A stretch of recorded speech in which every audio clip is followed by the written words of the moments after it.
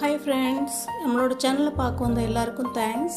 நம்மளோட சேனலை சப்ஸ்கிரைப் பண்ணி சப்போர்ட் பண்ணுங்கள். என்னோடய ஹஸ்பண்ட் கிட்ட ரொம்ப நாளாக கேட்டு வாங்கி தர மாட்டேன் அப்படின்னு சொன்ன ஒரு பொருளை இன்றைக்கி அடம்பிடிச்சு கேட்டு வாங்கிட்டேன். ஒன்றில் நான்ஸ்டிக் டவா தான்.